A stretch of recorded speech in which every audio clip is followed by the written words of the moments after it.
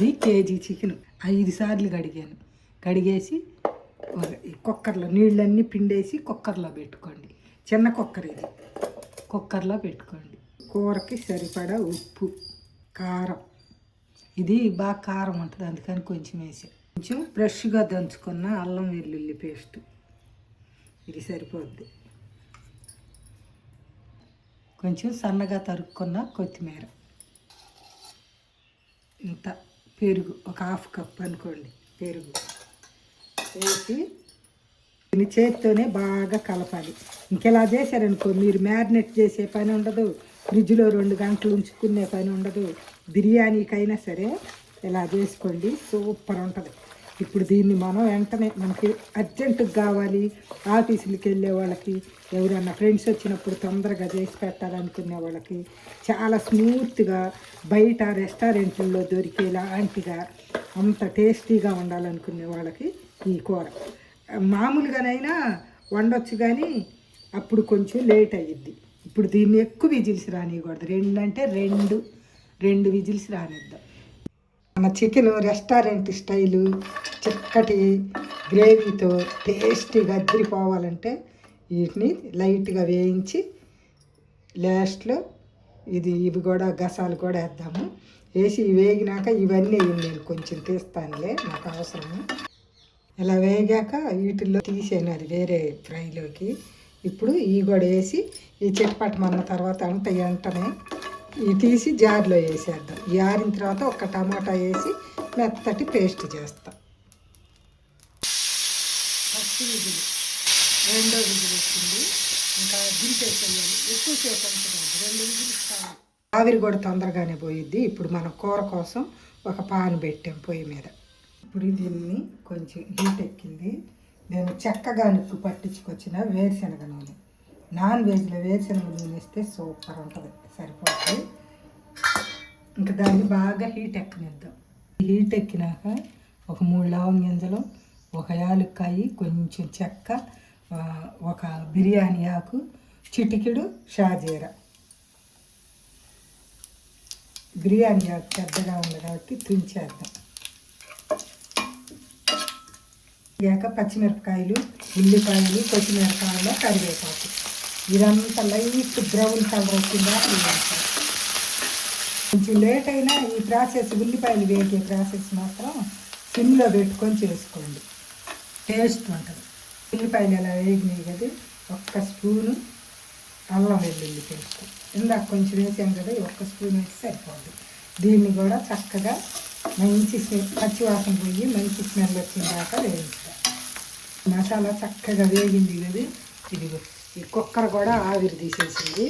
ఇంక ఇప్పుడు కుక్కర్లో నుంచి మనం చికెన్ వేద్దాం. ఇప్పుడు మనం ఈ చికెన్ ఈ నీళ్ళతో పాటు ఈ దీనిలోకి వేసేద్దాం.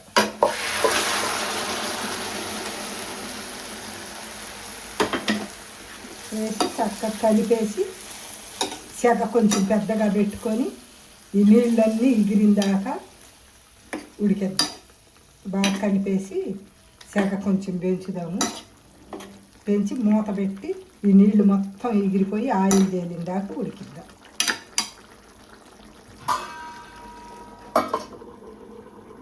మనం ఈ కూరకి మరీ చిన్న ముక్కలు కాకుండా ఇదిగో చూడండి, కొంచెం ఇంత పెద్ద ముక్కలు, ఇదిగోలాగా పెద్ద ముక్కలు అయితే చాలా స్మూత్గా బాగుంటుంది, టేస్ట్ అద్దరిపోయి. ఇట్ట కనుక తిన్నారంటే మీరు ఇంకా ఎప్పుడు ఎలానే చేయాలని అనుకుంటారు, అంత టేస్ట్గా ఉంటుంది.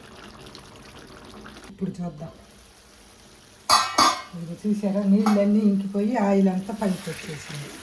ఇప్పుడు ఇందాక మనం మసాలాలు అన్నీ వేయించుకొని జీడిపప్పులు వేయించుకున్నాం కదా, ఆ పేస్ట్ వేద్దాం. ఇంక తీసేద్దాం, అడ్డం వస్తుంది ఆకు.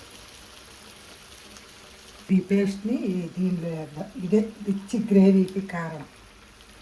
ఈ పేస్ట్తో కలిపేసి మళ్ళీ ఆయిల్ పైకి తేలిందాకా నిదానంగా కలుపుకుంటా ఉడికించుకుందాం. మధ్య మధ్యలో కలుపుకుంటా ఆయిల్ పైకి తేలిందాకా ఉంచుకుందాం.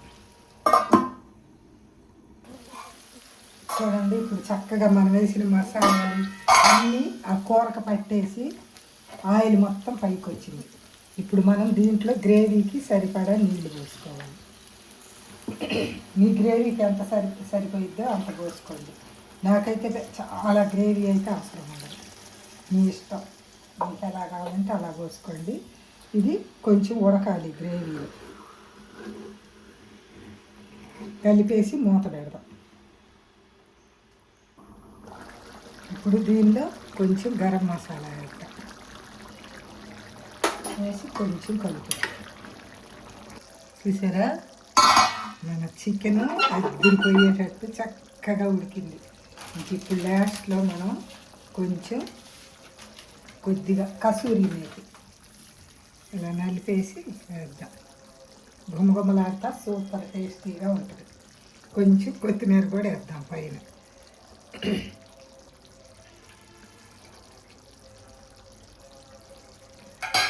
ఇప్పుడు ఒక్క నిమిషం మూత పెడదాం.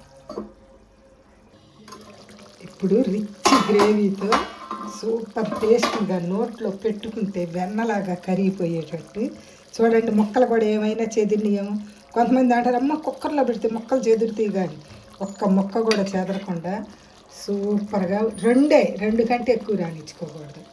సూపర్ టేస్టీ అయిన restaurant style rich gravy chicken curry super అంటే సూపర్. ఇంకా పొయ్యి కట్టేద్దాం. అదిరిపోయింది. మీరు ఇలా చేసి మీకు నచ్చిందా లేదా చెప్పండి.